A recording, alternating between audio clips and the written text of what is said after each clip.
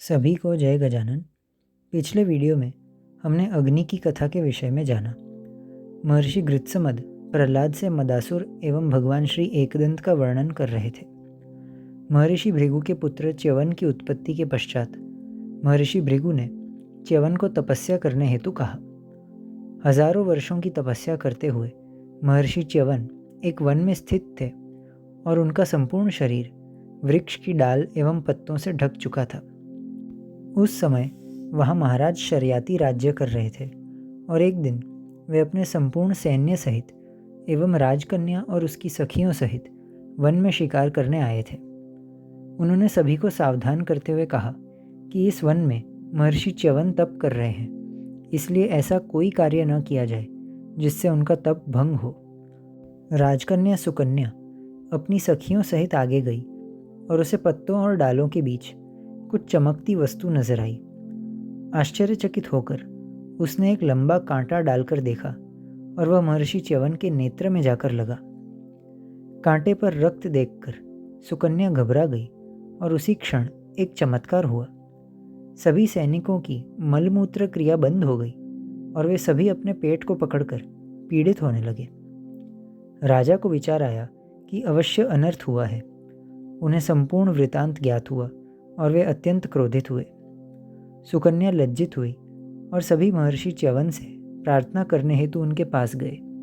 महर्षि ने राजा से कहा कि तुम्हारी कन्या ने अज्ञानवश यह कार्य किया है, इसलिए मैं श्राप नहीं दूंगा, किंतु सैनिकों की समस्या दूर करने हेतु तुम्हारी कन्या को मेरी पत्नी के रूप में यहीं अपना जीवन व्यतीत करना होगा।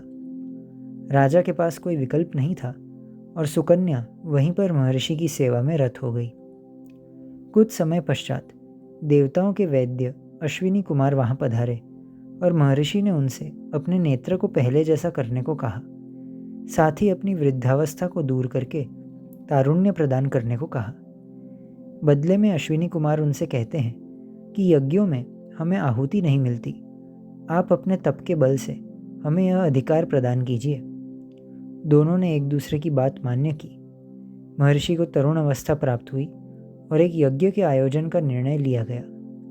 महाराज शर्याती को इस बात का पता चला और उन्होंने यज्ञ अपने राज्य में करने की प्रार्थना की। महर्षि च्यवन ने यज्ञ का आरंभ किया और अश्विनी कुमारों को आवाहन दिया, किंतु देवराज इंद्र प्रसन्न नहीं हुए। उनके अनुसार देव वैद्य उनके सेवक थे, इसलिए उनको यज्ञ में बैठने का अधिकार नहीं था। महर्षि च्यवन ने उनकी बात नहीं सुनी। देवराज वज्र प्रहार करने को सज्ज हुए और अपना हाथ उठाया। उसी समय महर्षि च्यवन ने उनके हाथ को स्तंभित कर दिया और देवराज विचलित हो गए। महर्षि के मन में विचार आया कि क्या मैं कोई सामान्य व्यक्ति हूँ? इंद्र मेरी विनंती मान्य कैसे नहीं करेगा? इसके फलस्वरूप महर्षि के माध्यम से एक भयानक राक्षस निर्माण हुआ। महर्षि की मद से उन्मत्त अवस्था से उत्पन्न होने के कारण उसे मदासुर कहा गया। देवराज भयभीत होकर महर्षि की शरण में गए और रक्षा करने की प्रार्थना की। महर्षि ने उस समय तो मदासुर को अपने नियंत्रण में किया और अंत में अपने पिता महर्षि भृगु के पास गए। इस कथा में हमें कुछ पहलुओं पर ध्यान देना चाहिए। सर्वप्रथम सुकन्या ने सैनिकों की पीड़ा दूर करने हेतु महर्षि की सेवा करना स्वीकार किया। एक के नुकसान से यदि बाकियों का भला हो रहा हो तो वह नुकसान स्वीकार्य है, यह सीख सुकन्या के चरित्र से प्राप्त होती है। फिर देवराज इंद्र ने यज्ञ का विरोध किया। सत्ताधारी को यह कभी मान्य नहीं होता कि किसी अन्य को महत्व दिया जाए। महर्षि और देवराज इंद्र दोनों ही एक दूसरे को श्रेष्ठ सिद्ध करने हेतु विवेक खो बैठे। महर्षि का मद अर्थात गर्व और अभिमान ही मदासुर के रूप में प्रकट हुआ। हजारों वर्षों की तपस्या करने वाले महर्षि के भी विकार शेष ही रहे, फिर हम जैसे सामान्य जनों की क्या कथा? इसी से यह समझना है कि विकारों को छोड़ना असंभव हो सकता है। इसलिए श्री मुद्गल पुराण के माध्यम से हमारा मार्गदर्शन किया गया है।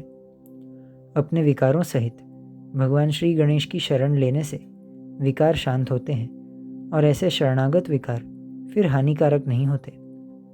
अपनी श्रेष्ठता को सिद्ध करने हेतु जब मनुष्य विवेक का त्याग करता है, तब परिणाम कितना भयानक होता है यही स्पष्ट करती है मदासुर उत्पत्ति की कथा। इस कथा में आगे क्या होता है यह हम अगले वीडियो में जानेंगे।